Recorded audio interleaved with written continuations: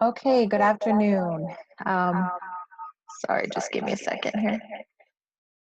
I'm gonna go ahead and get started. It's 3:30, and I just wanted to say thank you for joining today's webinar on film as text in the ELA classroom. I'm excited to share with you this fun way to engage and motivate your students in your English language arts class. Looks like we've got somebody joining us, so welcome. My name is Tamara Miyasato, and I'm a learning specialist here at TIE. I taught sophomore and senior English at Sturgis Brown High School and most recently at Pine Ridge High School in Pine Ridge, South Dakota. Um, my background is actually in film and television, so my undergraduate degree is in film. But I want you to know that you don't have to have a degree in film to really understand how to use film in your classroom. So I want to take a look at an activity. I want to do an activity with you that you can actually use in your classroom, but it gives you an idea of how it's actually used. So if you have access to a piece of paper or even just a little thing where you can take some notes, go ahead and make a little T chart for me. And I'm going to go ahead and try to advance to my next slide. For some reason, this isn't, there we go. Okay, so this is your pre-test, viewing number 1. So again, on this sheet of paper, I'd like you to create a T chart. And in the first column, go ahead and label that as notes. And then I'll have you label your second column as response. And then I want you to go ahead and set that aside for a minute because we're going to come back to that. But let me give you about 30 seconds to go ahead and create that T chart.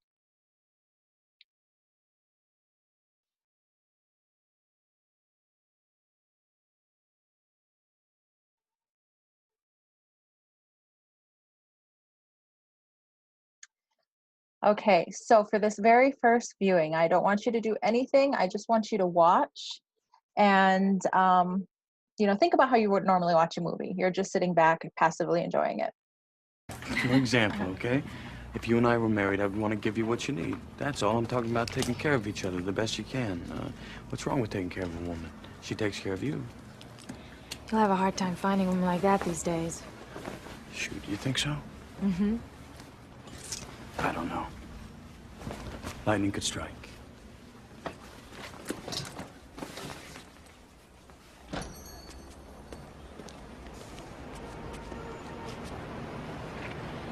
I've got to go. Yeah. Listen, did I say something wrong? No. No? No. Sure. No. It was so right. It scares me. That's all.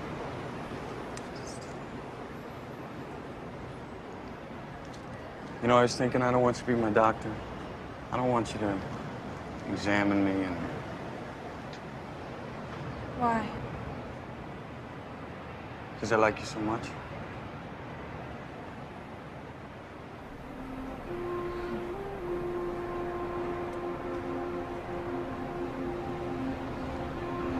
And I don't want to examine you. You don't? Why not?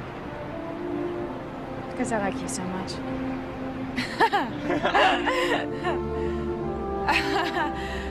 Oh, boy. Okay. Now I gotta go, so...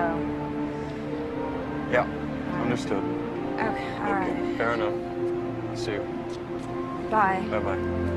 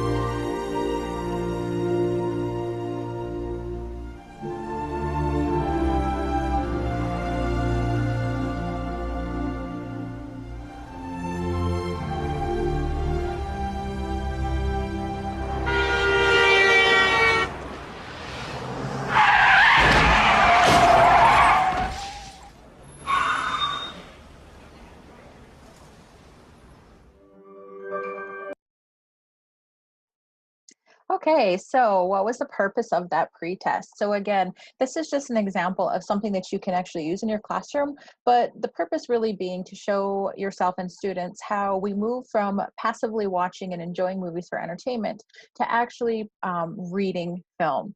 So what I want you to do now is go ahead and take out that T chart. And if you didn't have a piece of paper, then just kind of get some mental notes. So put yourself in that space of doing a close read. So we're going to view that scene one more time. And I'm going to talk about the importance of small segments here in a while. But again, we're going to do a close read, watch it one more time. But now I want you to jot down in your notes column of your T chart, or again, taking mental notes. Take notes on things that the director is doing to create meaning or create a feeling. So some things I'd like you to consider. Consider the music, consider the lighting. What is the camera doing? And what is the camera showing? So again, the second time, just jot down some notes.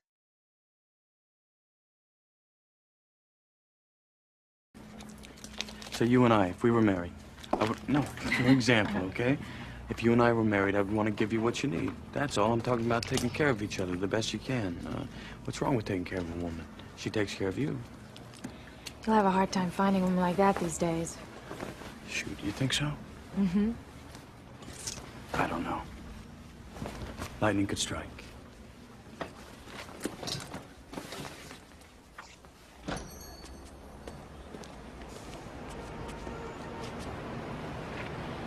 I've got to go. Yeah. Listen, did I say something wrong? No. No? No. Sure. No. It was so right. It scares me. That's all.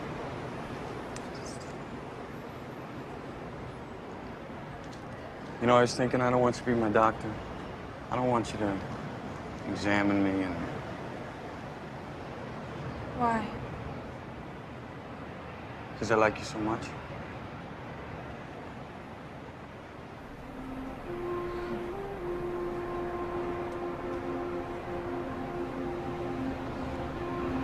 And I don't want to examine you. You don't? Why not? Because I like you so much.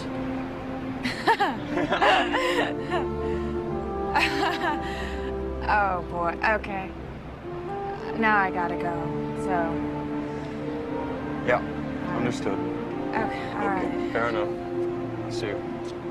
Bye. Bye-bye.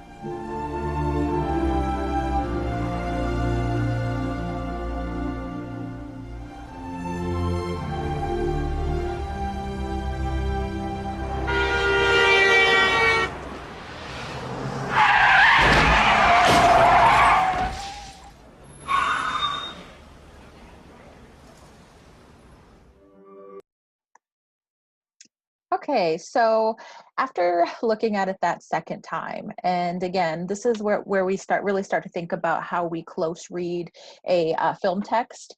But now in your response section on your T-chart column, this is what I want you to answer.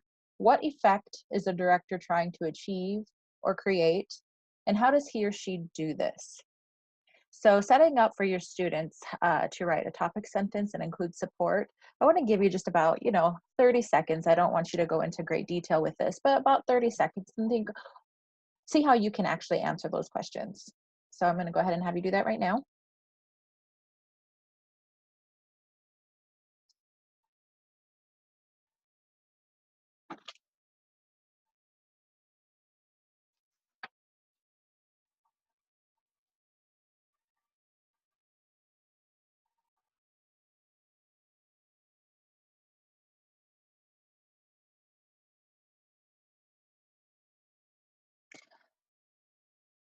Okay, so again, this was just an example of an activity that you can do in your class.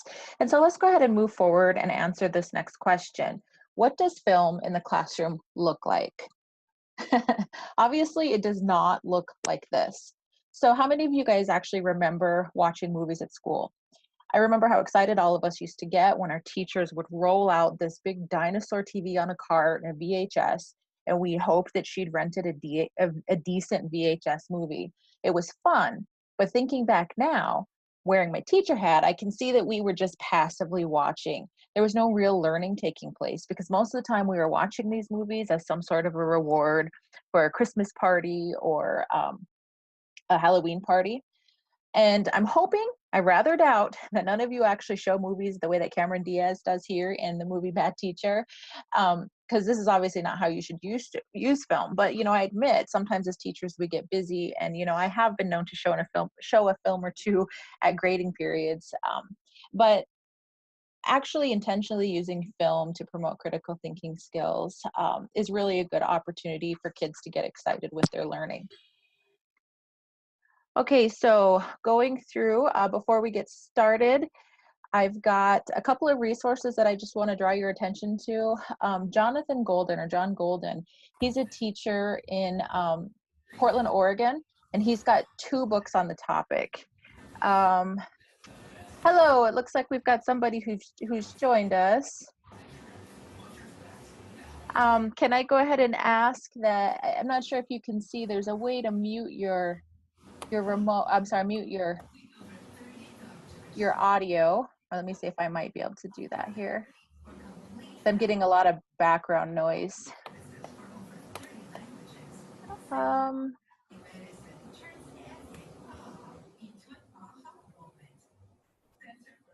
Let's see.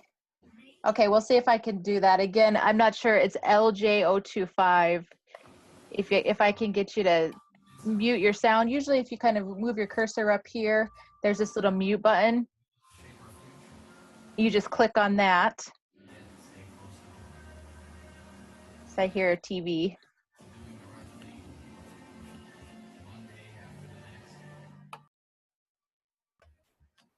Yeah, I think I got something. Okay, thank you. Okay, so again, the resources, John Golden. So he's got 2 books, and I'm using a lot of this, his activities in this webinar, from Reading in the Dark, using film as a tool in the English classroom. That focuses on a lot of film as fiction, as literature. And then he's also got Reading in the Real World, and that's where he teaches documentaries and other nonfiction texts. Now this is really great because I actually used that particular text and did a unit with one of my high school classes last year, and it was a segue into a research writing project. And typically kids don't get into research writing, but they did for this as we looked at documentaries beforehand. Okay, let me just see if I can pause or mute.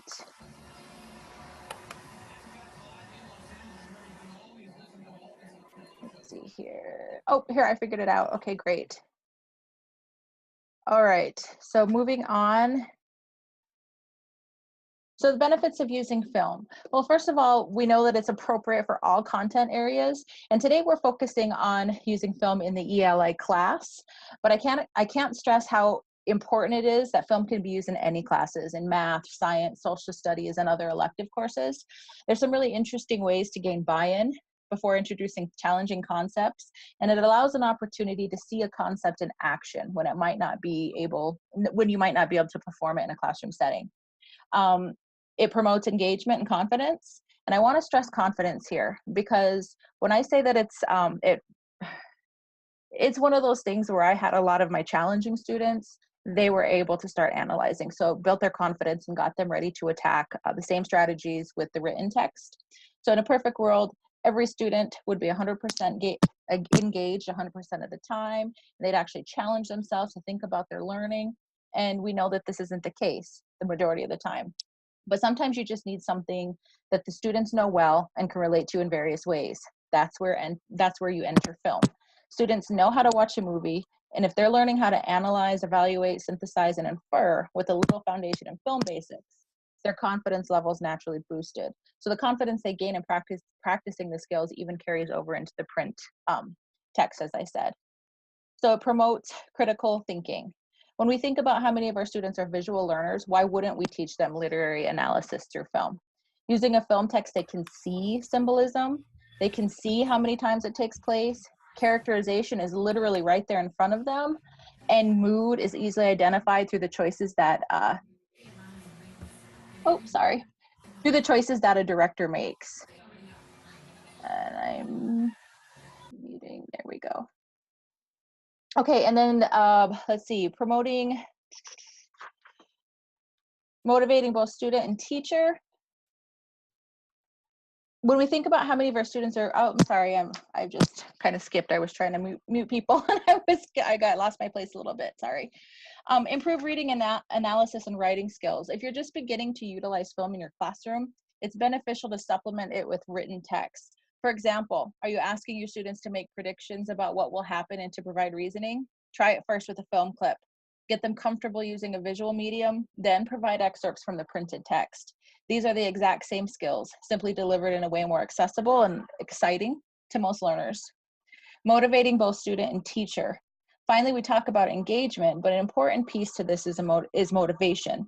When students begin to master certain skills, they naturally may be motivated to challenge themselves. But let's be honest, it's not just about motivating the students. We as teachers have to be motivated to facilitate learning. So film helps both the student and the teacher. The students are engaged and teachers are more efficient because they're having fun too.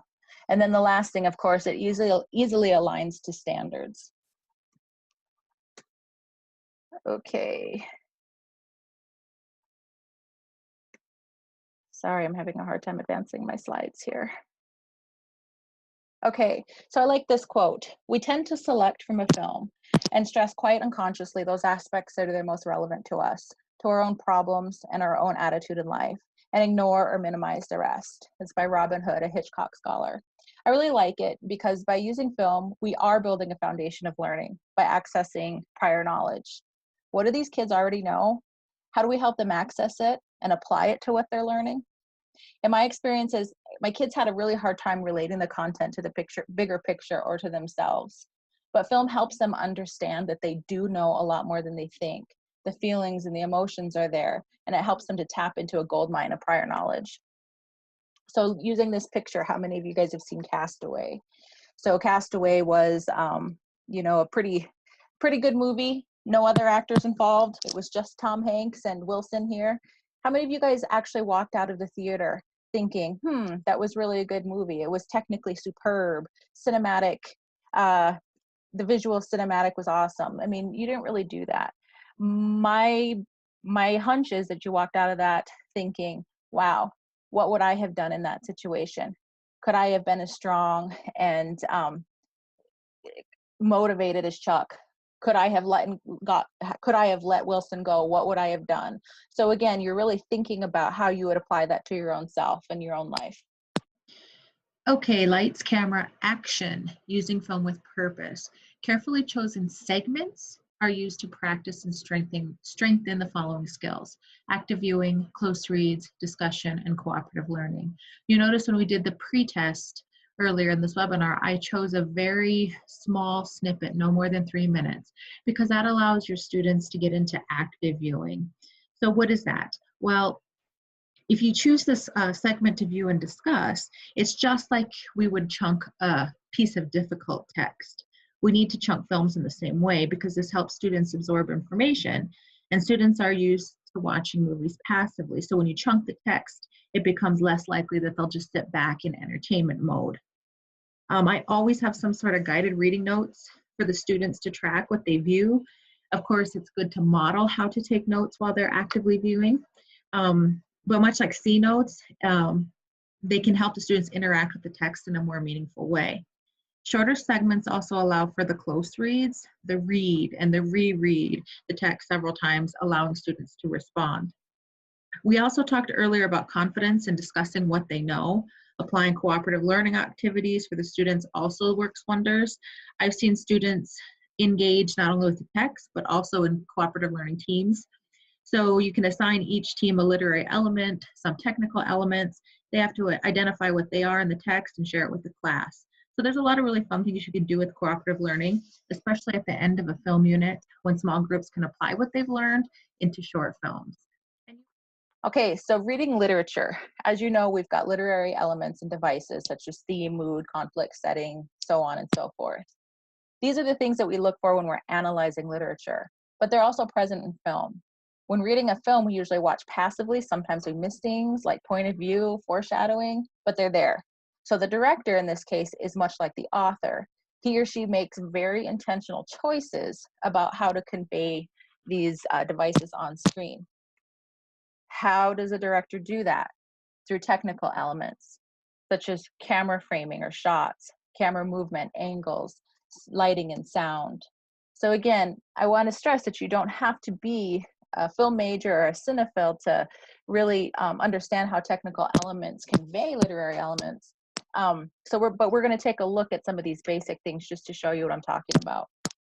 Okay, so camera framing. Here's an example of a medium shot. You'll see that the body is framed from the top of the head to the mid-waist. It's the most commonly used shot in film. It shows characterization. It also shows relationships between characters. There's a medium long shot where the body is framed from the top of the head to the mid-waist. It also shows characterization, relationships, and it starts to create a little bit of distance between characters. You've got your long shot. The body is framed from the top of the head to the bottoms of the feet. Again, shows characterization, creates distance, and it also shows the character's place in the setting. So if we didn't see anything with the, if this person is actually walking on the street, we would get a very good indication of setting of that story. Okay, taking a look at lighting.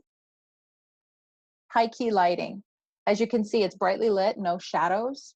This establishes mood.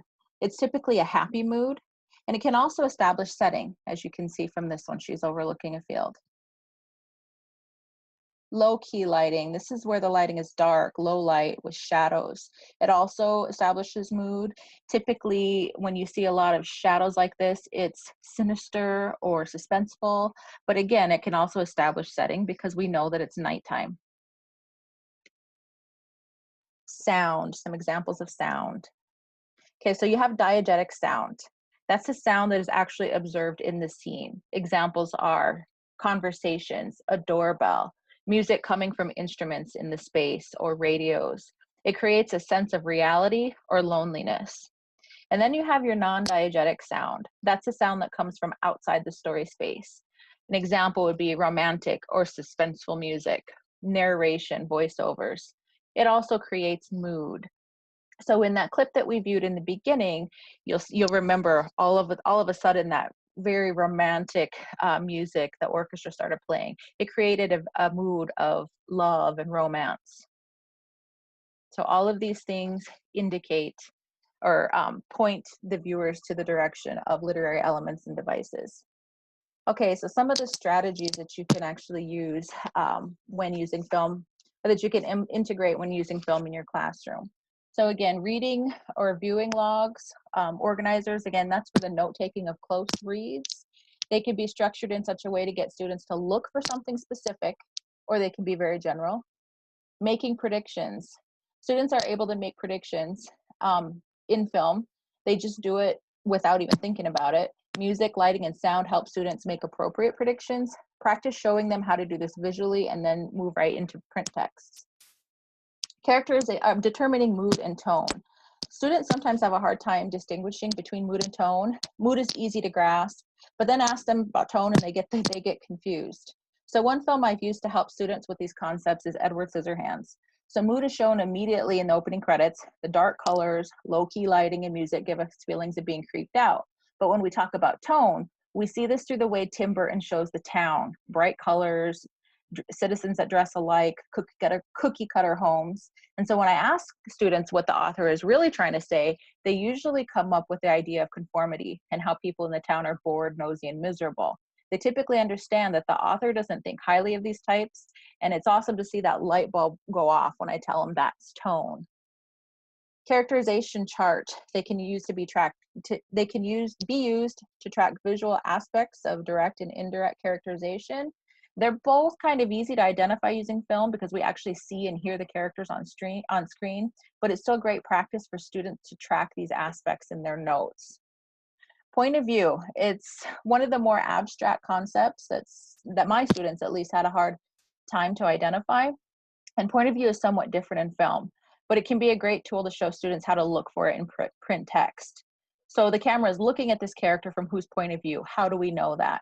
Using effective questioning techniques that carry over to print text helps students master the abstract concept. Symbol tallying. Film is an excellent medium to teach symbolism. Again, the symbols are literally seen in film, and so the symbol tally sheet helps them to track of how many times an object appears in the film, how it's represented, and what it might symbolize. Then they can go back and have discussions about that. Compare and contrast. Traditionally in an English class, we'll wade through a challenging text, Shakespeare, The Crucible, and then at the end of the unit, we'll show the film version. So students understand the text so much better. Then we usually have students compare and contrast the book and film. While this is a good strategy, it might be a good idea for students to get the material earlier on in the unit. So incorporating film as you read a text and reading both of them at the same time is also very helpful. Levels of questioning, they're pretty self-explanatory. They're just like a print text. We want to move our students up to higher levels of thinking and improve reading comprehension. Same strategies can be used with film. Storyboarding, it's also currently used in some English classrooms. It allows students to visualize what they're reading. When used in film, the visualization's already there. So instead we use storyboarding to strengthen analysis skills. Students can look at the film script, read ahead, they can storyboard it, make conscious decision, and tell us why they chose to use a long shot versus a close-up shot. And then finally, the soundtrack. It's another way to get students to really think about what a text is saying. It asks students to create their own soundtrack for a specific scene or groups of scenes for a film. They have to choose music with lyrics or simply theatrical music to demonstrate a particular mood and then justify those choices. Okay, so I was going to have you do the post test, but I know we had some people come in a little bit late, and also we are running out of time. But what the post test would just look like. So you basically learn some of the most basic technical elements of using film, and it was my hope that you would have learned what those things, I guess, convey to you as the viewer, and then go back and take a look at that clip and apply what you've known. So again, I just think that this is a really good strategy to use before you start any film unit, because it really gives students a sense or an idea, a visual idea of what they've learned throughout the unit. I'm gonna go ahead and provide with you guys a web link here. So other resources, if you're able to go to bit.ly/ELA film text, there is a slew of resources there for you to look at, not just for English, but also for using film in other content areas. And of course, if you do have any questions at all, please do not hesitate to contact me. I'm more than happy to either give you a call or shoot you an email. So I just want to thank you for attending this afternoon, and I hope you have a good rest of your day.